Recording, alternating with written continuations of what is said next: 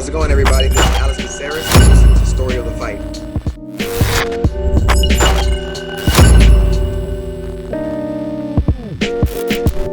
Right, Will, we're back after what seems like forever. Yeah, feels like 2 weeks. It does feel like 2 weeks. Probably because it's been 2 weeks. Yeah. I mean, life Unfortunately. happened. Life happened this last weekend. Yeah. But we're back now. That's the important part. We're ready to Back go. just in time. Just in time for UFC 261 that's coming up. I don't know about you, but I would pay if they were to say, like, hey, I'm just going to give you the main card and that's it. Nothing else. Mm-hmm. I'd be happy with it. Yeah, you get your money's worth for sure. On paper, 3 title fights, two fun fights to get ready right before the 3 title fights. Yeah, can't really be mad at that. I was thinking in my head, I was like, man, if I were to just pay for just the main event, I'd be happy with that. But that's what I do every pay-per-view event, is pay just for the main event. Just for the main event. Yeah. But sometimes you're not happy. Yeah. This one you'd be happy. And it's cool. Would. It's really cool to see title fights, like champions fight number 1 contenders, which is what we get in 2 of the title fights. And then we get the cherry on top with a useless rematch. But we'll cover that one later. Yeah. But hey, so the first one, your boy, we all know the Jimmy feelings Crute. you have towards Chris Weidman. I think first is Anthony Smith versus Jimmy Crute. Oh, yeah, Jimmy Crute. Is that your boy too? That's my boy, dude. Okay, so Anthony Smith versus Jimmy Crute. Now, I have a soft spot for Anthony Smith ever since he walked out with Return of the Mac as his walkout song. He always has great music. Mm-hmm. And I always lean towards the fighter with the best music, Will. Yeah, hard not to. It's very hard not to. So you, with your boy being Jimmy Crute, how do you see this one turning out? I like both these guys. One of those fights where I don't want to see either of them lose, especially Anthony Smith. His trajectory in this past couple of years now, since the John Jones fight, really has been not the greatest. One savage beatdown in the Glover fight. Ooh, Glover. Knocking his teeth out, all that stuff. Hate to see it. Rakic comes in, does his thing. Dominant win for Rakic. Not the most exciting fight. He gets the win over Devin Clark with the triangle, which is cool, And now he's fighting a prospect who's trying to break into that top echelon of the division, where Anthony Smith still kind of has that name, You beat Anthony Smith, you're up there now, right? I see this. I kind of see Jimmy Crute just kind of steamrolling through him. If I'm being honest.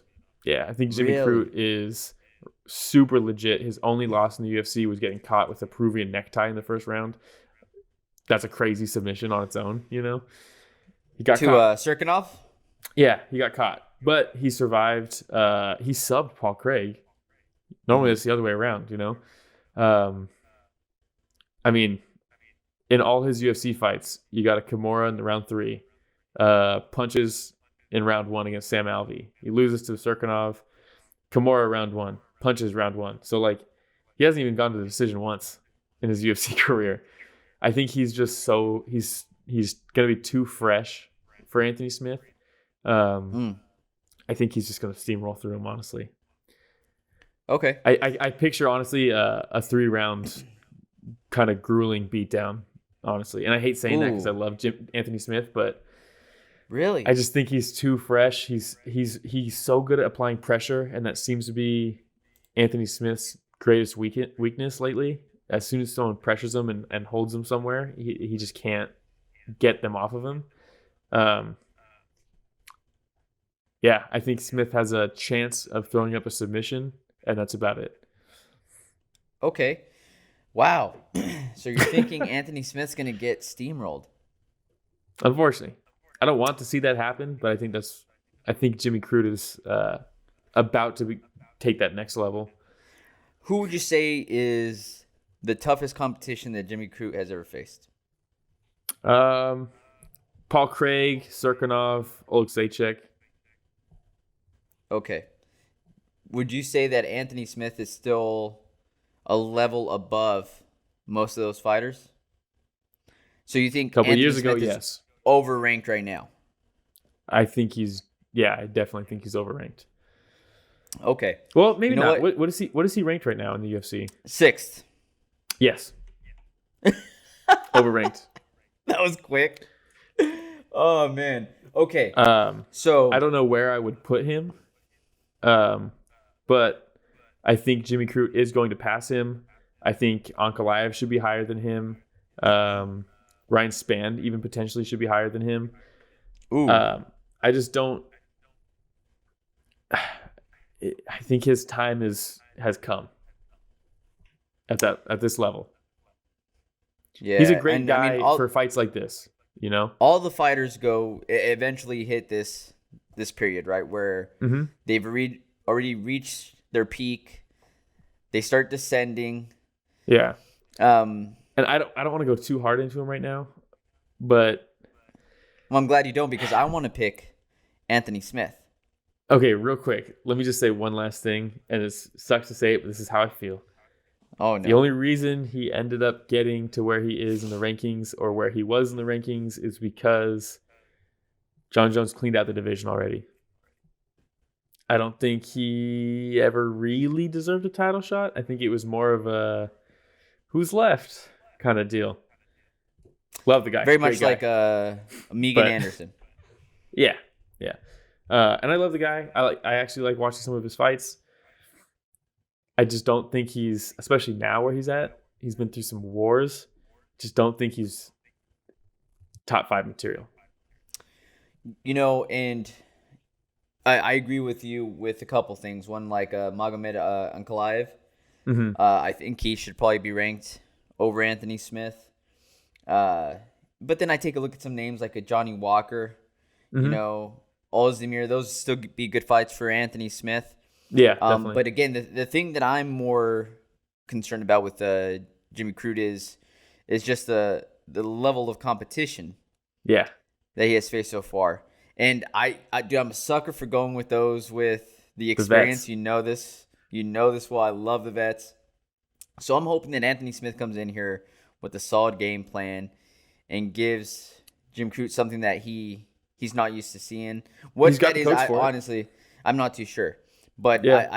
I'm looking for him to come in with the experience and to not get caught and steamrolled as you predicted, Will, and to come out with not a very exciting win. I don't think he's going to get the most exciting win in the world. But I think Anthony Smith is just always somebody that's willing to go in there and prepared to have a grueling match, no matter who is against. And he's just mentally strong, and I'm going for Anthony Smith in this one. Yeah. We'll see what song he walks out to. I might change my mind. Depending as soon as he walks out, I'm just like, oh no, what's he doing? Not you know this what I mean? one. Well, yeah. But we'll see. I like Anthony Smith. Same thing you said. He seems like a really nice guy. Somebody that has worked hard to get where he is. Nothing handed to the guy. No. I do think he has a promising career as an analyst too. I think he does a really good job. Very well spoken. Mm-hmm. You don't need all your teeth for that. You know what I mean? So. Nope. All right. So now we're ready to go on to your boy? Now we're ready to go on to my boy. Still my boy. Your boy has been and forever will be Chris Weidman versus Uriah Hall. He's still my boy, you know?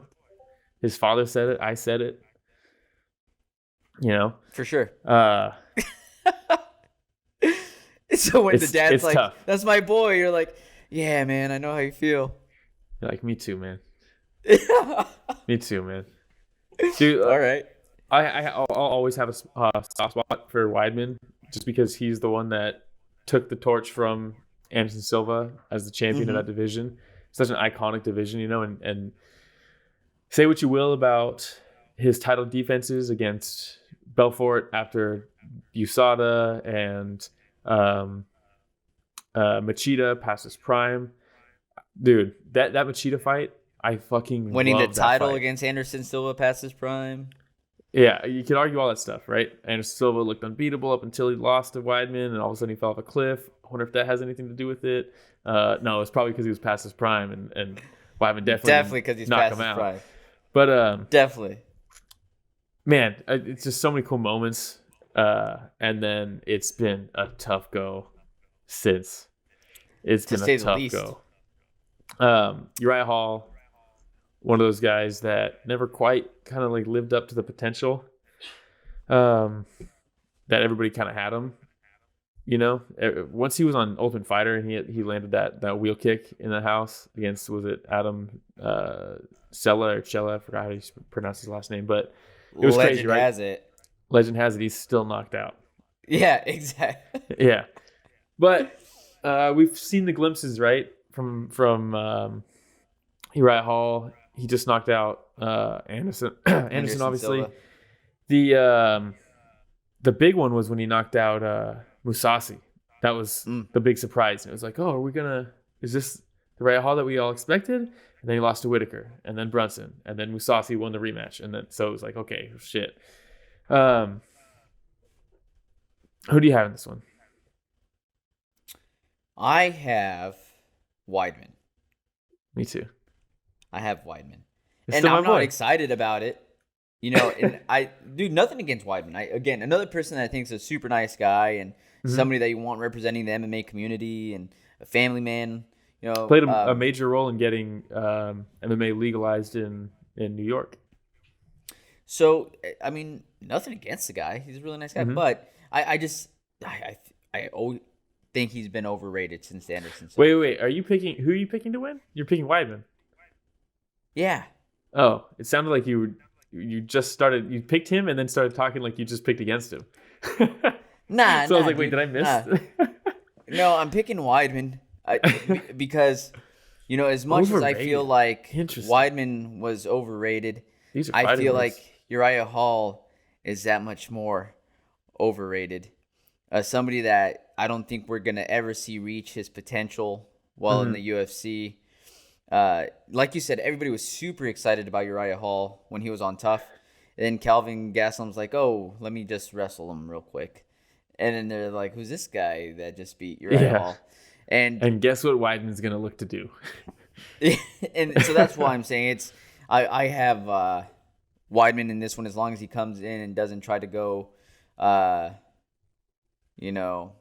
tit for tat with the punching. And the you mean striking-wise? Yeah, I don't think he will. Weidman's always been a good proactive wrestler. The problem though is he goes so hard for like chain takedowns that he usually ends up gassing himself also. It's better that it's a 3-round fight for Weidman, I think.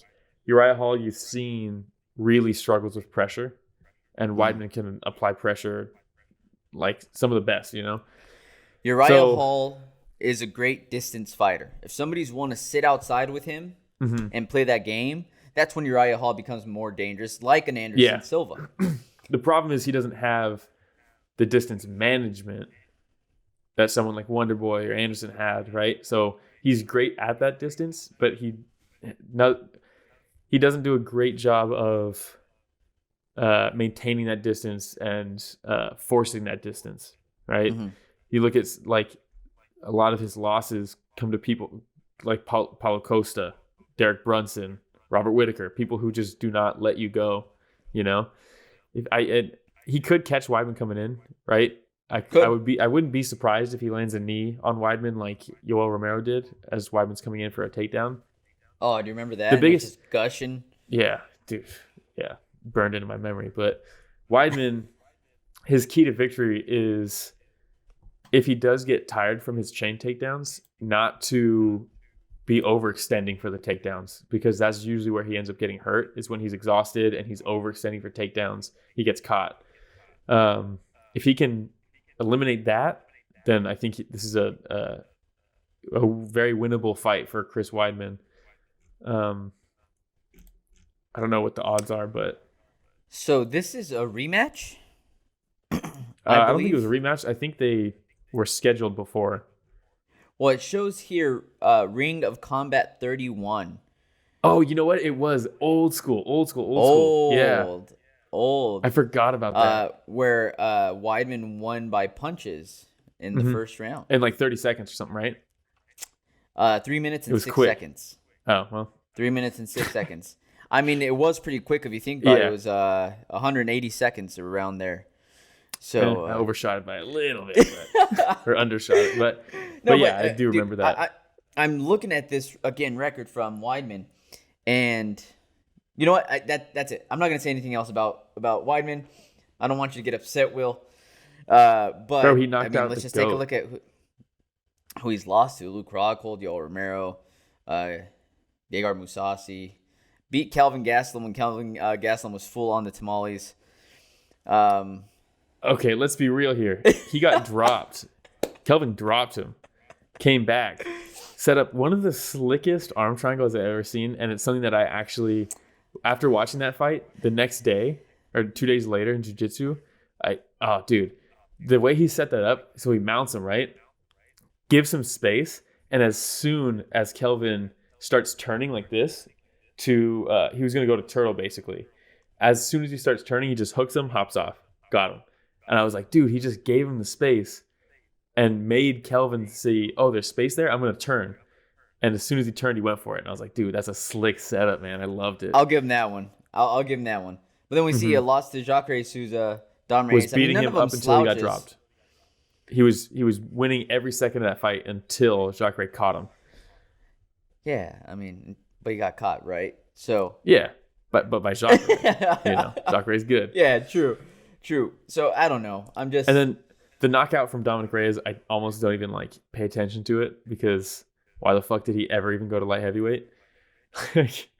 Not a good move. Not a good move. Definitely not a good move. So we'll see how it goes. Again, I'm picking Weidman either way. Not excited about it, but I got Weidman. The disrespect, dude. The disrespect. All right. Anything else on that fight? No. Other than that's my boy. Will always be my boy. Great person. Perfect. All right. Up next, we have. Hang on, I gotta the interrupt beginning of here. the I gotta three- interrupt. Rich, the producer, celebrating our triumphant return after a week-long hiatus. However, Richard it's not Cadner, only what's our going on? triumphant return; it is the return of the Mac. We have an incoming transmission.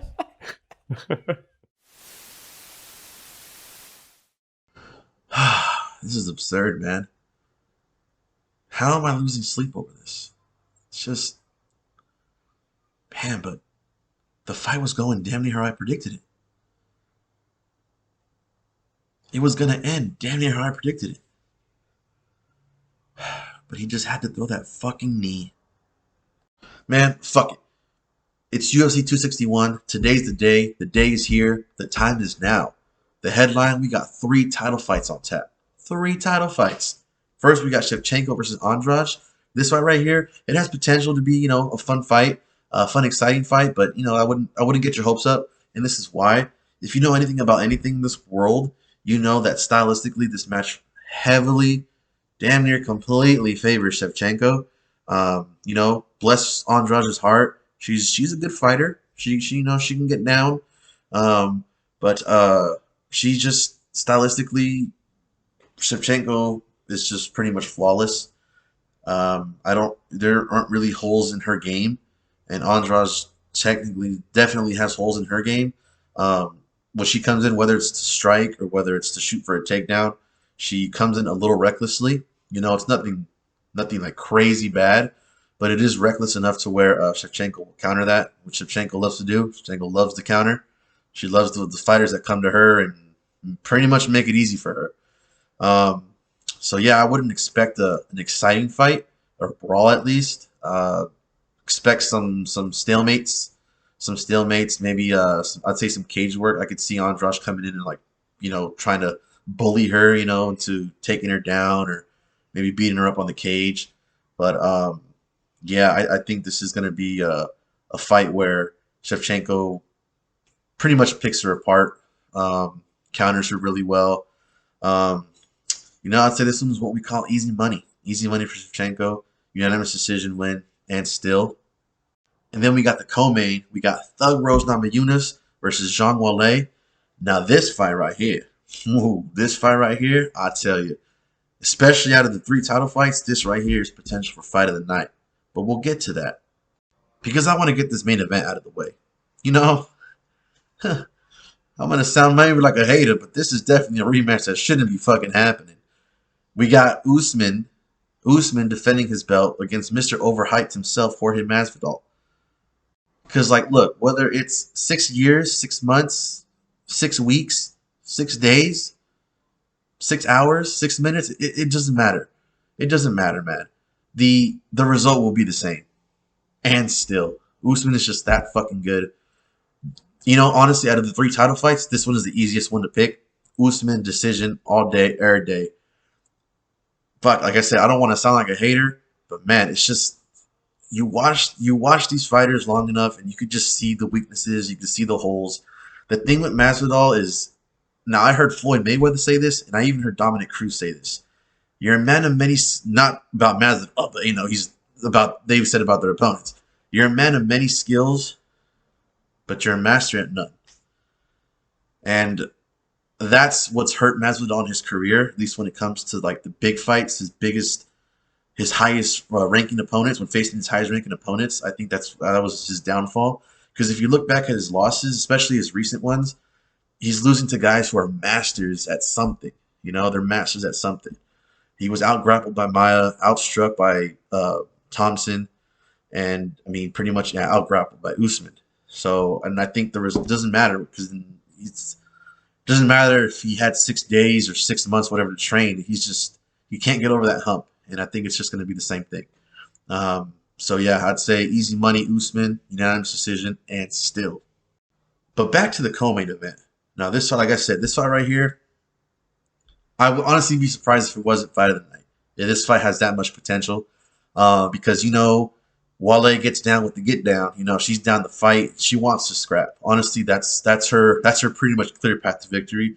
Make it into a brawl and just outstriking, out dogging Thug Rose. But I don't think that's going to happen. I think if anyone's going to beat Wale, it's Thug Rose. And I think the biggest factor is how Thug Rose mixes it up really well. Mixes up her striking really well. She'll brawl. And then she'll fight smart. She'll fight on the outside. She'll jab. She'll keep it at a distance. You know, pot shots in and out, in and out. Not only that, she could level change. Let's not forget, Thug Rose started off as mainly as a grappler, and then her striking has just evolved from there. Her striking has evolved from there. She's a complete fighter now. So what I think, I guess it's pretty bold. I don't know if you call it bold, but I think Thug Rose is gonna outstrike Wale. Is gonna outfight Wale.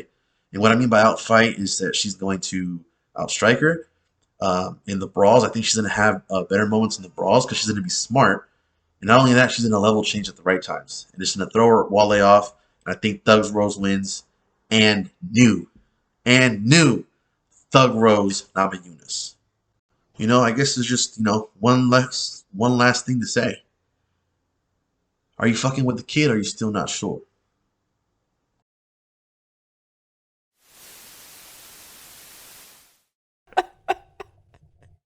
Hey, man, we asked for a pick. He gives us 3.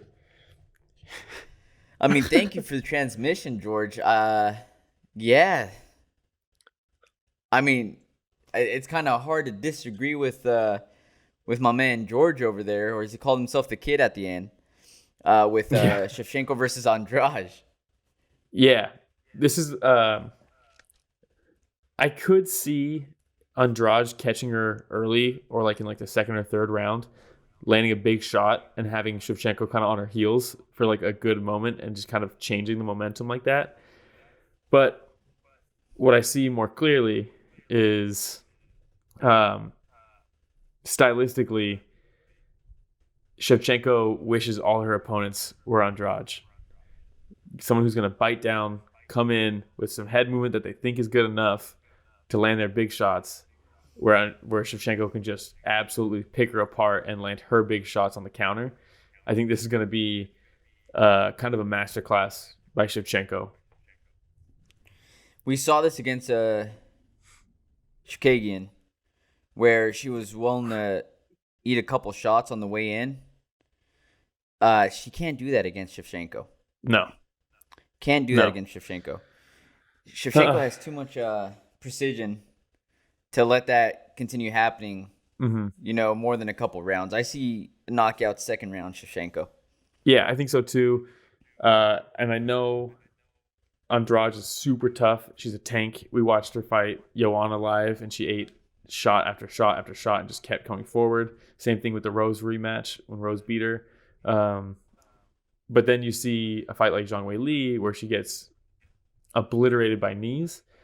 So she's not indestructible, right? Like, she can be finished with strikes. Now she's going up a weight class, fighting Shivchenko, who has gone down a weight class to get to 125. I just don't see her. I don't know. Stylistically, she's gonna get lit up.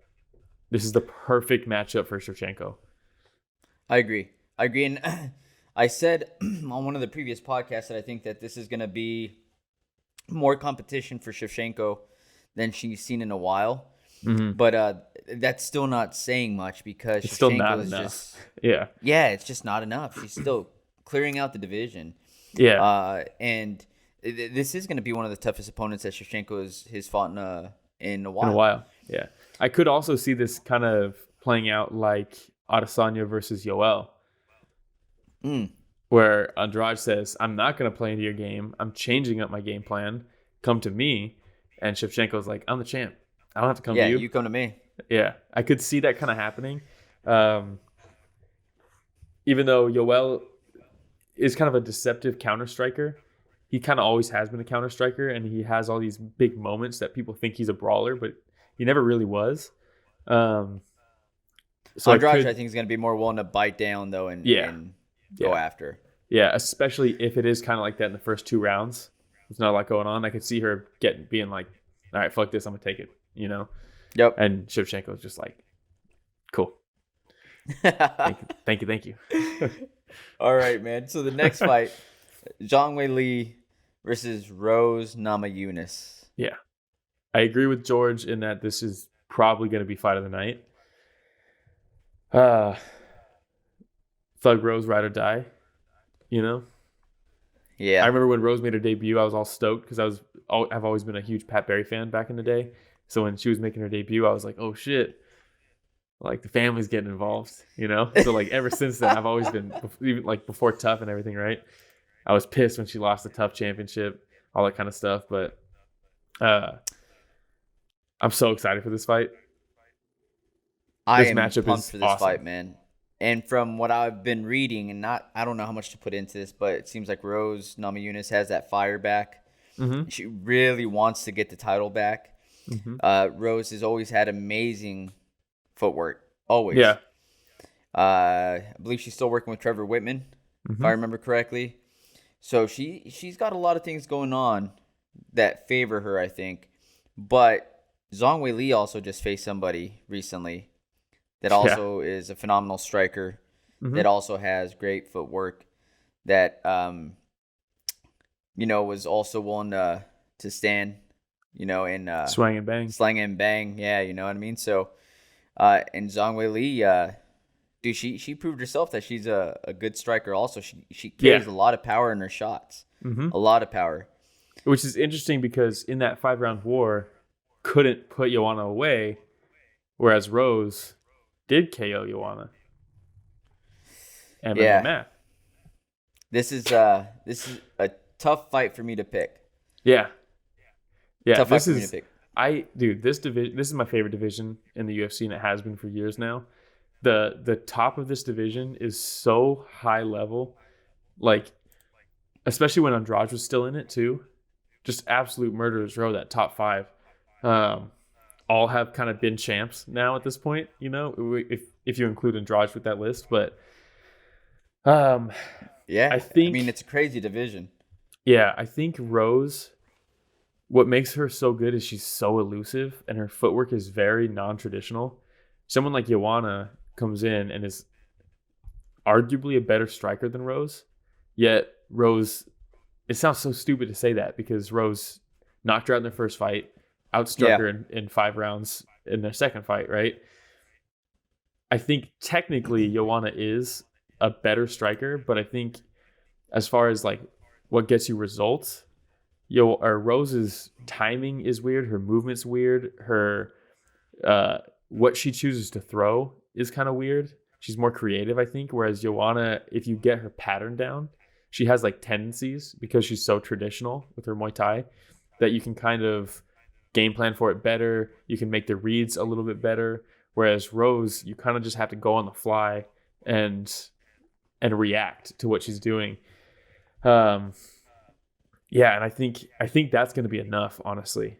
I have Rose winning this one. I know she's the underdog going into this, but I kind of feel like, and this is no disrespect, and this is going to sound worse than how I mean it, but I feel like Zhang Weili is going to kind of be almost like a sitting duck for Rose's footwork and her striking.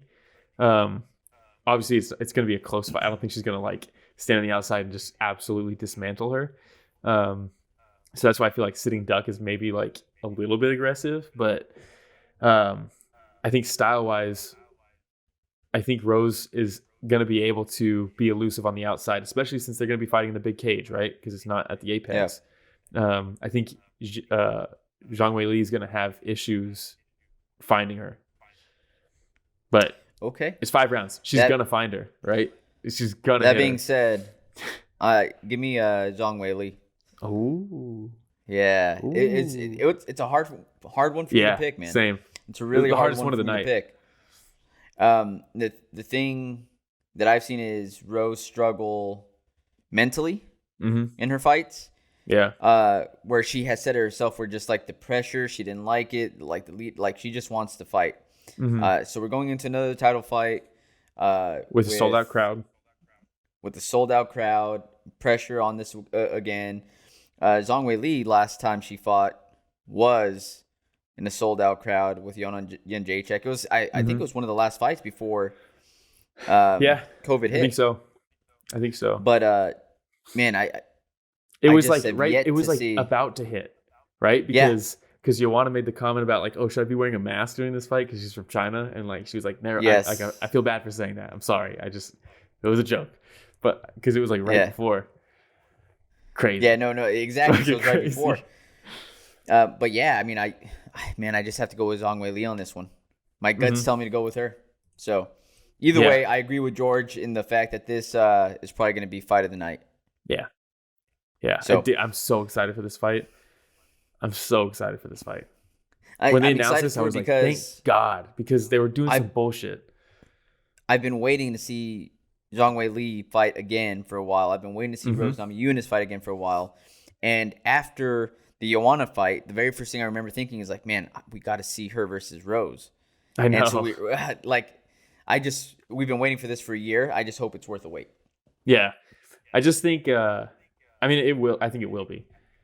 Rose hasn't been in a boring fight forever. Zhang Weili, you look at her last 2 fights, incredible. You go before that, Tisha Torres, decision.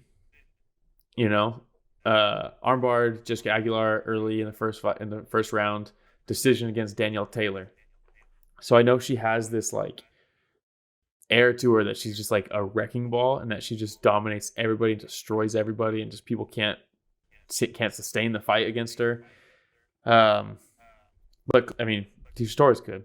And I'm not saying Tisha Torres sucks or anything like that. I'm just saying it's not like she goes in there every time and just like nukes everybody, Yeah. Because she nuked Andraj. she murdered Andraj. That was crazy. And the Joanna fight, I had Joanna winning that fight.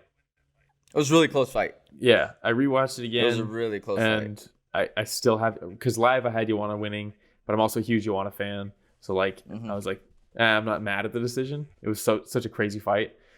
Going back and rewatching it though, I still have Joanna winning. So I just don't see Zhang Weili as like this absolute like destroyer that a lot of people see, And I'm a huge fan, right? And I like watching her fight. They're awesome fights. But I see things that Rose is going to be able to exploit, I think, as long as she is just like focus, focus, focus. Don't slip up, because you can't really make mistakes against someone like Zhang Weili, right? 5 rounds is a lot of time to make a mistake, you know? So, yeah, I'm glad we picked opposites on this one. I always like that. Yeah. All right, so the next one, your favorite fight of the night. I mean, we talked about this before, right? When we were talking about Kamaru Usman and Jorge Masvidal, I can think of a couple different folks I'd rather see Usman fighting right now. Wonder Boy. Wonder Boy. Dude, Colby Covington. Give me that fight again. You know, I mean, I'd love to see it, but I feel like it's still too recent when it's like you have someone like Leon, you have someone like Wonder Boy. Those are the two I want to see. Those are the top of my list right now. I do want to see the Colby rematch, you know? I guess I'm just saying that I'd rather watch over Masvidal. Oh, yeah, definitely. He's on I that can list think for of me so too. many names. I can see so many names that I'd rather see Kamaru fight. At least he got a before I win. see- At least he has a win Man. since his fight with Usman, you know? So it is what it is. I think this is one of those fights that's pure entertainment. If you're Kamaru and you're thinking like, hey, how many more pay-per-views can I sell with Jorge across the octagon for me versus a Wonder Boy across the octagon for me? You know, so I think it's a money player for Kamaru as well. A little bit. I also don't know how much you hear about all the time, like champions giving the title shot to somebody. I don't know if it's even, because it used to be when you're the champ and they're offering the fight to somebody else, you're the champ. You have to defend your belt against that person. So I don't even know how much say Usman even has in it. I know it's changed since then, right? But I wonder how much say he actually does have in his like next opponent, you know? I think he has some say, man. I think so And too. especially in the current landscape, you know, because you hear Dana White say all the time, like, hey, if he wants it and he wants it, we'll make it happen. Yeah. For Dana White, I think as long as it makes dollars and cents, it doesn't have to make sense. Yeah. It has to make dollars and cents. Cents You with see what C. I did there? Yeah. Huh? Yeah. So that's why I think that with Kamaru being like, oh, yeah, I don't want to give him any excuses this time. You know, and he's like, yeah, you know, six Six days. I was eating a pizza. Yeah. And dude, granted, he made the weight. And You know why, from, though? like, Because he was training for it. He was training for it. The fight fell through. They gave it to somebody else, and then that one fell through, so they gave it back to him. It's not like he was like, I don't know. There was some optics play around that fight. At the end of the day, I see this going down the exact same way that the last fight went down. Yeah. Kamaru's just too big for Jorge Masvidal. He's too good of a grappler. Once he gets those vice grips on you, man, you know, it's so hard for Masvidal to break away from him, from that clinch. And not just we're gonna Masvidal, right? seeing- Everybody, you know. Yeah. Nobody can We're get going to away continue from him. seeing foot stomps. You know, we're going to continue seeing, you know, knees to the thigh. We're going to continue seeing Rough uppercuts to the body on the fence. Dude, So, when Usman gets that single collar tie against the cage and he starts ripping those uppercuts to the body, he did it to Masvidal. He did it to Woodley the worst. Dude, you sit there and watch them do that because they're stuck, because they know as soon as they switch to break that, he's dropping for the single leg and like he's got you down. So like they'd have to just sit there and eat gnarly punches to the ribs. I mean, the guy is he's so efficient, you know? He's so efficient. He's so good, man. Kamaru, you know, I feel like he has a lot of people that don't like him. He tries to put on this persona that doesn't really the shit fit talking. him. It feels so forced. Yeah. So forced. Super forced. But there's just no denying how good this guy is. I mean, he's never lost in the UFC. Dude, one of my favorite moments with Kamaru, one of them is after Kamaru. One of them is when he when Francis won, you know, and he jumps over the cage and Francis goes straight to him. Like, that's what a cool moment, right? Dude, but the other one, it was when he beat Tyron Woodley for the belt. Oh my god, dude. And he goes backstage, hugging Tyron's mom, and he's sobbing. He just won the belt and he's sobbing, and Tyron's mom is telling him, like, it's your time, like, don't worry, it's your time. Like, dude. Yeah. That alone, I'm gonna root for you. You can be as corny as you want in the interviews and the shit talking and all that kind of stuff, but dude, you put out results. You beat everybody that they put in front of you, and and you have moments like that still, like that's a champion, Yeah, he's a real deal, man. Yeah, He's a real deal. And when I'm taking a look at the division, there's some fun fights for him after he gets past Jorge Masvidal.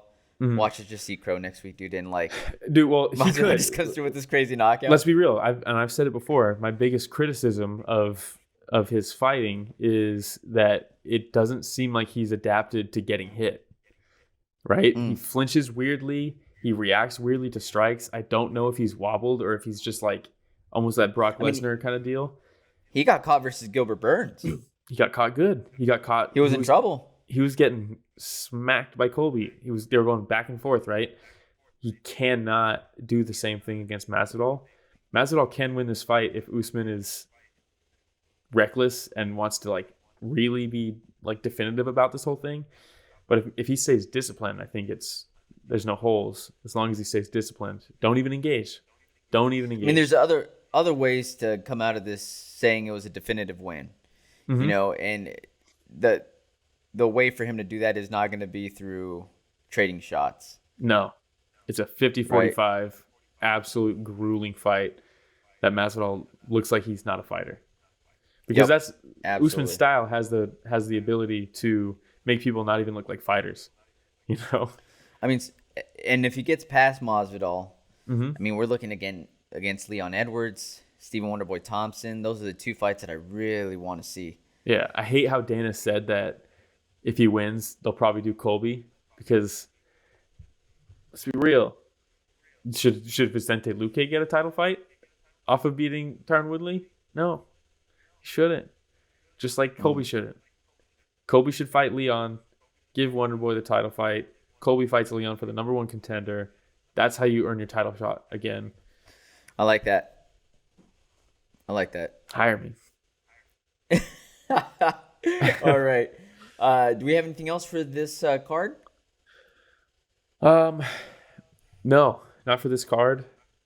Well, this will come out Friday morning. We'll have George's isolated video come out Saturday morning for the fights. And then we'll have the recap Monday morning. Please, no COVID hit the next couple days for any of these fighters. This main card's so stacked. Not just for their health, but also for selfish reasons, because I want to watch these fights. I want to watch it. And sorry, Coleslaw, for letting you down, not having a recording last week. Our bad, but we're back. We're back. I back. As Anderson Silva once said, I back. I love it. All right. We'll talk to you on Sunday then, Will. Mm-hmm. After I go 5 for 5 on the main event. Yeah. All right. Thanks for listening to Story of the Fight, everybody.